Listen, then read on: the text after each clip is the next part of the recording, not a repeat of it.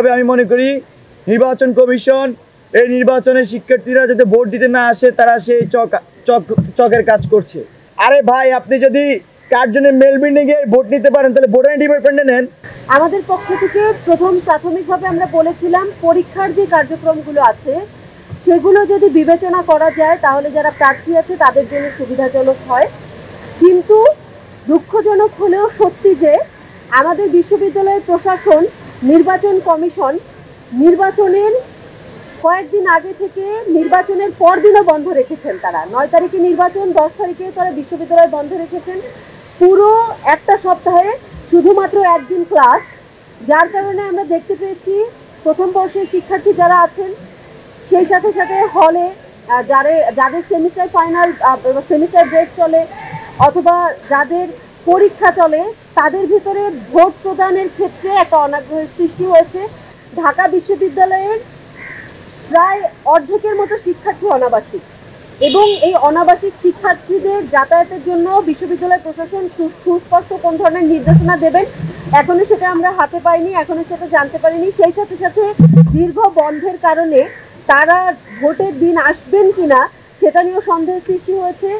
আমরা চাই বিশ্ববিদ্যালয় প্রশাসন যেন 8 তারিখ দুপুর পর্যন্ত তারা বিশ্ববিদ্যালয়ের স্বাভাবিক একাডেমিক কার্যক্রম বজায় রাখেন।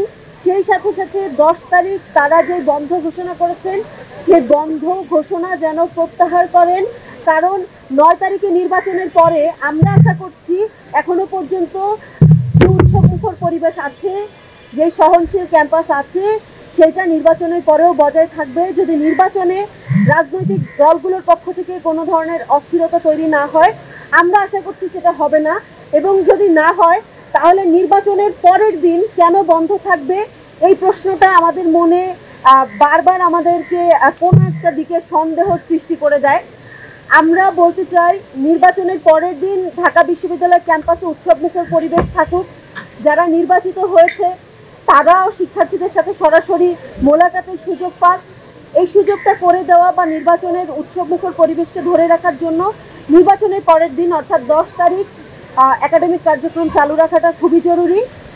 আমরা ইতিমধ্যে বেশ কয়েকবার এই ভোট কেন্দ্র রিশিডিউলিং রিঅ্যারেঞ্জ নিয়ে কথা বলেছি। আপনারা দেখতে পাবেন এখানে খুবই ইচ্ছাকৃতভাবে আমি মনে করি নির্বাচন কমিশন এই নির্বাচনে শিক্ষার্থীরা যাতে ভোট দিতে না আসে তারা সেই চকের কাজ করছে। কারণ আপনারা দেখবেন যে কার্জনের যে এই বিল্ডিংটাতে পরীক্ষা হয়, অনেকে ঢাকা বিশ্ববিদ্যালয়ের শিক্ষার্থী আপনারা সেটা হয়তো জানতে পারেন যে বিল্ডিংটাতে পরীক্ষা একটা দোতলা বিল্ডিং, সেই বিল্ডিংয়ে 3টা হলকে দেওয়া হয়েছে। সায়েন্সের ডক্টর মোহাম্মদ শহীদুল্লাহ হল, ফজলক মুসলিম হল এবং ওমর একুশ হল, এই 3টা হলের ওই বিল্ডিংয়ের মাত্র 2টা গেট। ওইখানে একটা পরীক্ষার হল, তার 2টা গেটে প্রবেশ করা যায়। তো সেই বিল্ডিংয়ে 3টা হলকে দেওয়া হয়েছে।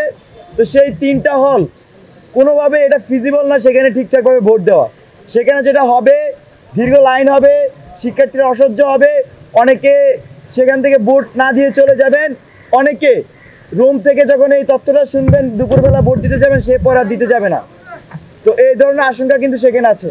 কিন্তু কার্জন এলাকায় অনেকগুলো বিল্ডিং, অনেকগুলো ডিপার্টমেন্ট কিন্তু খালি, সেদিন কিন্তু ক্লাস পরীক্ষা নাই, চাইলেই আশেপাশের বিল্ডিংয়ে ভোট গ্রহণ করা যেত। কিন্তু বিশ্ববিদ্যালয় প্রশাসন বা নির্বাচন কমিশনের কি এমন সমস্যা আমরা জানি না। আমরা ইতিমধ্যে তাদেরকে প্রস্তাব দিয়েছি, তারা শুনেন নাই। তারা বলেন যে তারা যে লজিকটা দিয়েছেন এটা আসলে আমি আপনাদের সামনে উপস্থাপন করতে চাই। সেটা হচ্ছে যে ভোট গণনার মেশিন সেটা স্বল্প, সেজন্য তারা কেন্দ্র কম করতেছে। আরে ভাই, আপনি যদি কার্জনের মেল বিল্ডিংয়ে ভোট নিতে পারেন তাহলে ভোটার ডিপার্টমেন্টে নেন, একই তো, এখান থেকে এখানে 10 মিটার পার্থক্য। কিন্তু না, তারা ওই বিল্ডিংয়েই নিবে এবং ওইখানে 3টা হলকে দিবে। তারা তাদের সিদ্ধান্ত চেঞ্জ করে নাই। এই সিদ্ধান্তের পরে আমরা যে সন্দেহ করছিলাম সেই সন্দেহকে আমরা এখন মনে করছি সন্দেহটাই সত্য, কারণ তারা এই নির্বাচনে চায় না যে শিক্ষার্থীরা ভোট দিক। এবং আমরা এই নির্বাচন কমিশনের এই সকল সিদ্ধান্তের আজকে সমালোচনা করছি, নিন্দা জানাচ্ছি, আমরা বিকল্প প্রস্তাবনা দিচ্ছি। কার্জন এলাকায় শহীদুল্লাহ হল এবং ওমর একুশ হল এগুলোকে চাইলে যে নতুন যে 22তলা বিল্ডিং হয়েছে সেখানে দিতে পারে। এখানে ফজলক মুসলিম হলকে ইতিমধ্যে যে কার্জন মেইন বিল্ডিংটাতে কেন্দ্র দেওয়া হয়েছে সেখানে সেটা রাখা যেতে পারে, তাহলে ডিসেন্ট্রালাইজড হয়ে যায়। এছাড়াও সুফিয়া কামাল হলকে ভূতত্ত্ব বিভাগে শিফট করা হয়েছে, সেই সিদ্ধান্তকে আমরা সাধুবাদ জানাই। এফবিএসে চাইলে ৭১ এবং মুজিব হলকে দিতে পারে, কলা ভবন এলাকায় মুক্তিযোদ্ধা জিয়াউর রহমান হলকে দিতে পারে এবং জসিম হলকে দিতে পারে। সিনেট ভবন এলাকায় ইতিমধ্যে সূর্য সেন এবং মহসিন হল আছে, এটা অনেকটা ফিজিবল। ঢাকা বিশ্ববিদ্যালয় ক্লাবে সার্জেন্ট জরুলক হল দিতে পারে এবং এফ রহমান হল দিতে পারে।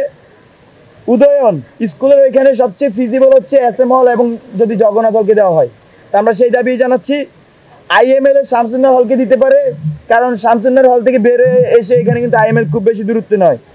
আর আগের যে দাবি সোশ্যাল ওয়েলফেয়ার এলাকায় মৈত্রী এবং বঙ্গমাতা হলকে দিতে পারে। সেক্ষেত্রে আমাদের সব মিলে ভোটার এলাকা বা জুন হয় মাত্র 9টা, এখন 8টা আছে। জাস্ট একটু রিঅ্যারেঞ্জ করতে হবে, একটা বাড়বে আর একটু রিঅ্যারেঞ্জ করতে হবে। আমরা আশাবাদী বিশ্ববিদ্যালয়ের প্রশাসন যে কালো এবং আমি মনে করি যে নীল নকশা এঁকেছে বা এই নির্বাচন কমিশন নীল নকশা এঁকেছে যাতে শিক্ষার্থীরা ভোট দিতে না আসে, সেই নীল নকশা তারা আর বাস্তবায়ন করবে না, বরং তারা একটা শিক্ষার্থী বান্ধব কেন্দ্র স্থাপন করবে যেখানে শিক্ষার্থীরা স্বতঃস্ফূর্তভাবে নিজ উদ্যোগে ভোট দিতে যাবে। ধন্যবাদ।